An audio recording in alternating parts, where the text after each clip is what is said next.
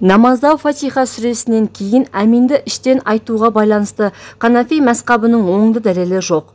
Ең дұрысы жария айту деп уағыздап жүр. Осы дұрыс па?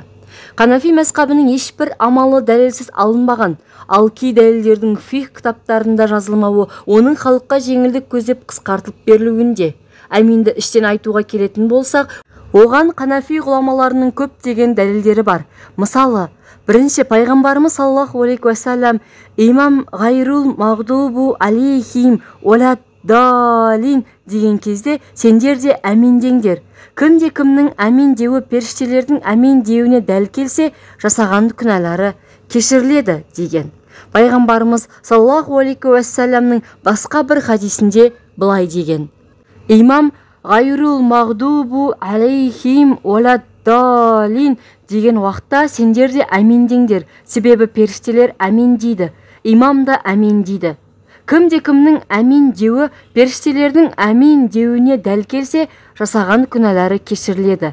Хадисті Абу Хурайра риуаят еткен. Хадистің дәрежесі сахих. Ханафи ғалымдары бұл хадистегі имам да әмин дейді сөзін негізге алып, әминді іштей айту сүннет деген. Себебі әмин сөзін егер имам жария айтатын болғанда, пайғамбарымыздың имам да әмин дейді деп, иманның да әмин дейтіндігін жамағатқа білдіруінің қажеті болмас еді. Яғни, періштелер мен имамның әмин деуі жамағатқа естілмейтін болғандықтан, пайғамбарымыз саллаллаху алейхи уассалам себебі періштелер әмин дейді, имам да әмин дейді деп, олардың да әмин деп айтатындығын білдіріп тұр. Дұрысы Аллаға мәлім. Екінші, әмин сөзі дұғамызды, тілегімізді қабыл ал деген мағынаны білдіретін дұға. Сахих Бухари кітабында әмин сөзіне дұға деп түсінік берілген. Ал дұғаның іштен айтылуы абзал. Құранда Раббыларыңа жалбарынып, іштей құпия тілеңдер делінеді. Пайғамбарымыздың саллаллаху алейхи уассаламның іштей тілек жария 70 тілекке тең дегенде ескерер болсақ, әмин дұғасын іштей айту абзал. Намаздағы Субхана Раббил Ағла, Субхана Раббил Азим, Субханака, Әт-Тахият секілді басқа барлық дұғалардың іштей айтылатындығын әминнің құпия айтылуына тағы бір дәлел. Үшінші, әмин дұғасы ауыз биләхи дұғасынан артық емес. Өйткені Нахл сүресінде Құран оқыған кезде міндетті түрде аузуды айту керектігі, Құран оқыған кезде қуылған шайтаннан Аллаға сыйын деп бұйырылған.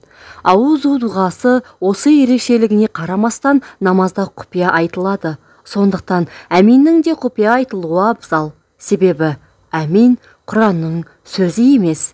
Төртінші, бұған қоса бізге жеткен ешбір хадисте пайғамбарымыздың саллаллаху алейхи уассаламның әминді дауыстап айтыңдар деп кесіп айтқан бұйрығы жоқ. Керісінше, имам уәләд-далин деген кезде әмин деп айтыңдар делінген. Ал Бухари және Муслимдегі имам әмин деген кезде сендер де әмин деңдер деген хадиске келер болсақ, бұл хадисте әминнің жария айтылуына нақты дәлел емес. Себебі бұл хадистегі имам әмин деген кезде тіркесін Ханафи және Малики ғұламалары және басқа да Хафиз ибн Хажар секілді хадис ғұламалары имам әмин дейтін жерге келгенде яки әмин деп айтайын деген кезде деп түсінген. Әмин сөзін имам мен жамағаттың бір сәтте айтуы үшін осылай түсінілуі қажет. Бұлай болмағанда имам әмин деп қойғаннан кейін ғана жамағат әмин дей алады.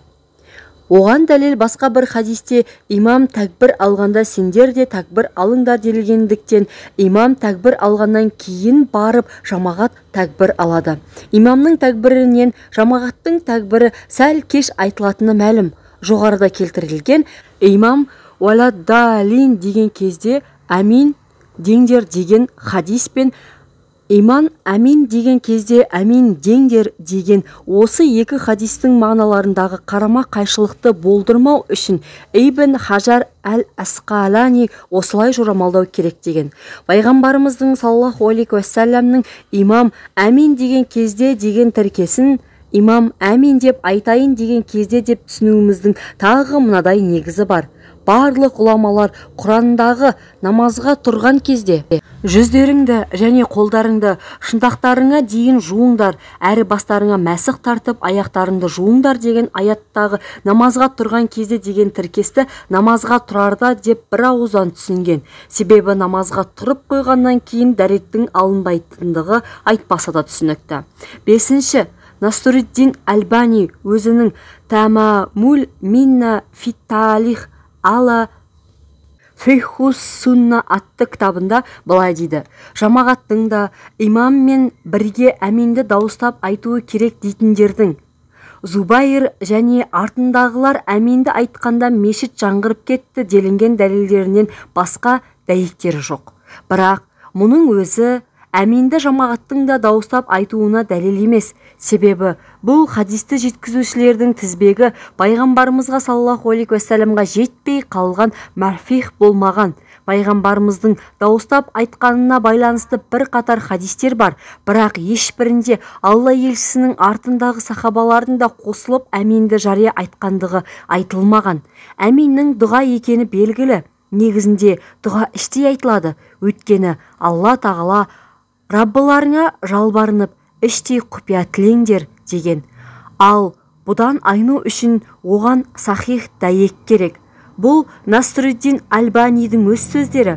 Оның ойынша пайғамбарымызбен саллаллаху алейхи уассаламмен қосылып сахабалардың да әминді жария айтқандығына байланысты нақты сахих хадис жоқ. Ал Хазрет Атаның радиаллаху анханың осы мешітте 200-дей сахабаны көзім көрді. Имам әмин деген кезде олардың әмин деген дауыстарының жаңғырығын естідім деген риуаятқа келер болсақ, Насруддин Альбани бұл риуаятқа әлсіз деп баға берген.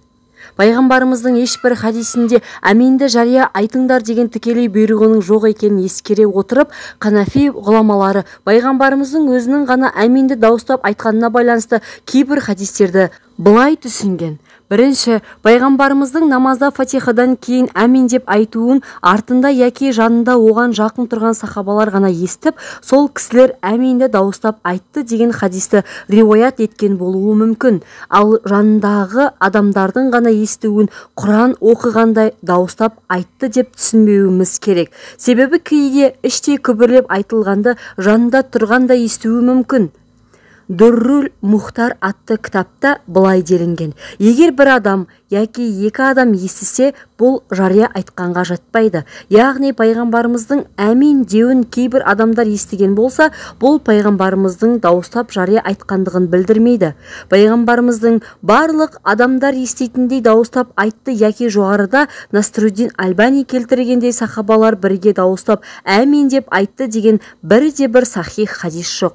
Ал Абу Дәуідтегі Абу Хурайрадан риуаят етілген: халық әмин деп айтуды қойып кетті. Пайғамбарымыз саллаллаху алейхи уассалам ғайрул мағдубу алейхим уалад-далин деген кезде әмин дейтін. Мұны бірінші қатардағылар еститін де мешіт жаңғырып кететін деген риуаятқа келер болсақ, Насруддин Альбани бұған да әлсіз деп баға берген. Сондықтан бұл да дәлел бола алмайды.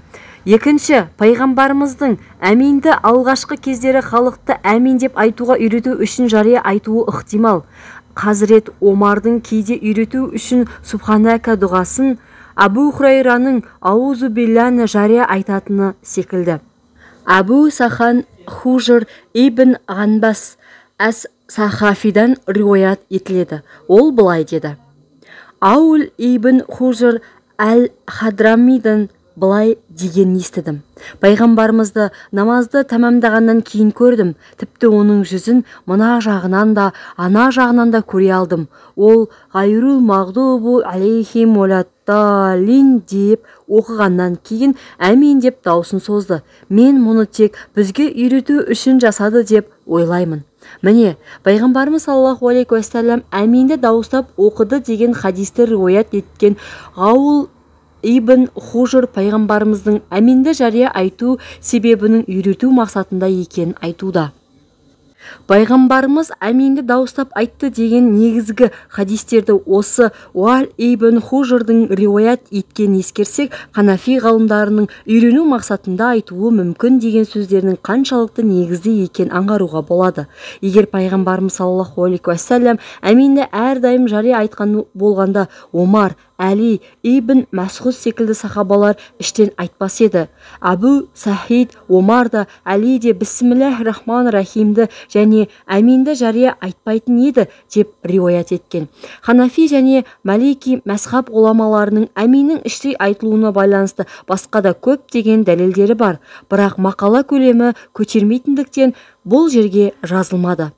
Ескерту: қазіргі таңда қазақстандық мұсылмандар арасында әминді іштей айту мен жария айтуға байланысты көптеген дау-дамай болып жүр. Себебі пайғамбарымыздың саллаллаху алейхи уассаламның әминге байланысты хадистерін 4 мәзһаб ғұламалары әр түрлі түсінген. Шафиғи мен Ханбали ғұламалары әминді жария айту керек десе, Ханафи және Малики ғұламалары іштей айту керек дейді. Яғни әр мәзһабтың өзіндік шариғи дәлелдері бар. Сондықтан біз жоғарыдағы Ханафи ғұламаларының келтірген дәлелдерін әминді жария айтуға байланысты басқа мәзһабтардың келтірген дәлелдерін жоққа шығару яки мүлдем дұрыс емес деу үшін жазған жоқпыз. Тек айтпағымыз, әминді іштей айтуға байланысты Ханафи мәзһабының да өзіндік шариғи дәлелдері бар екенін, оның жай айтылған негізсіз үкім еместігін білдіру. Негізгі, әминді жария яки іштей айту дауласып даурықтыратын іс емес. Маңыздысы, әминнің Фатиха сүресінен кейін ықыласпен айтылуы әрі періштелердің әмин деуіне дәл түсіп күнәлардың кешірілуі емес пе? Еліміздегі мұсылмандар ғасырлар бойы Ханафи мәзһабын ұстанғандықтан халық арасындағы ауызбіршілікті сақтап, бүлікке жол бермеу, әрі енді намаздарын оқып үйреніп жүргендердің ойын сан-саққа жүгіртпеу мақсатында өзге көзқарастағылардың да әминді іштей айтуы абзал. Әминнің Фатихадан кейін айтылуы сүннет, ал оның іштей немесе жария айтылуы сол сүннетті түсінудегі көзқарас, түсінікке ғана жатады. Ал ислам үмметі арасындағы ауызбіршілік пен сүттей ұйыған ынтымақ парыздардың парызы. Ендеше бір көзқарас, түсінік үшін ақырғы пайғамбар үмметінің арасында бірлік пен ынтымаққа сызат түсіруге болмайтындығы айтпаса да түсінікті. Ассаламу алейкум ва рахматуллахи ва баракатух. Дерек көздер: Қайрат Жолдыбайұлының «Дін мен діл. Күрделі діни сауалдарға жауаптар» атты кітабының 1-ші томынан алынды. Ақпараттар сіздерге пайдалы болды деген ойдамыз. Алла баршамызға разы болсын. Ассаламу алейкум ва рахматуллахи ва баракатух.